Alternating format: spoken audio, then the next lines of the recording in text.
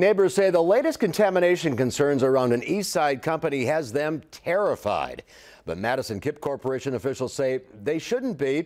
The night team's Theo Keith reports city officials are now looking at shutting down a nearby water well as the investigation continues. Mark, the Madison water utility says tests have never found the contaminant PCE in its nearby well, but now there are two opposing reports about the threat PCEs pose to the drinking water. An expert for a group of neighbors suing Madison Kipp says there's a risk. The company asks, where's the evidence?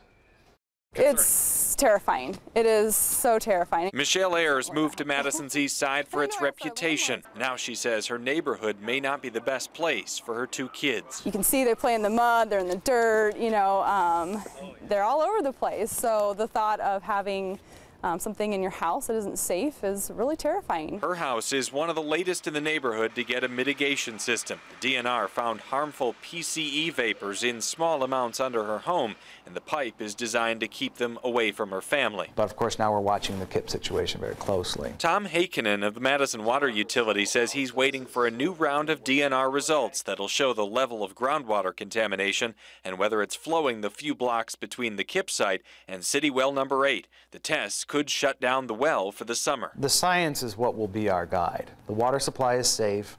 We're going to continue to make sure it's safe, and we're not going to do anything to put anyone at risk. Before that decision, which could take months, there are two conflicting studies about how bad the contamination is. A group of neighbors suing Kipp produced a 67-page report with an expert witness who called it one of the worst he'd ever seen. But the company says there's not a lick of evidence for that.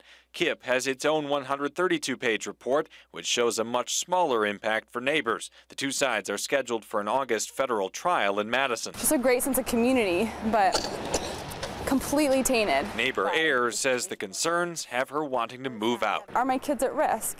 Are they going to get sick? Are we going to get sick? What's this going to do to our health, and how can we find a safer place to live?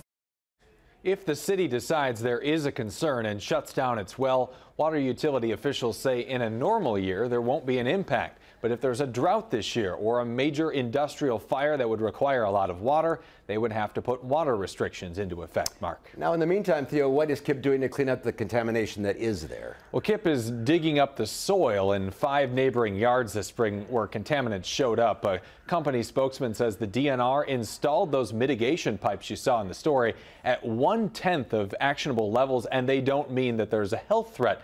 But the Neighborhood Association president told me tonight that neighbors want more answers from the DNR about this. They want to have a public meeting, and they want to see a map of the contamination so they know if it's under their homes. All right, it's a story we'll have to keep our eye on. Thanks, Theo.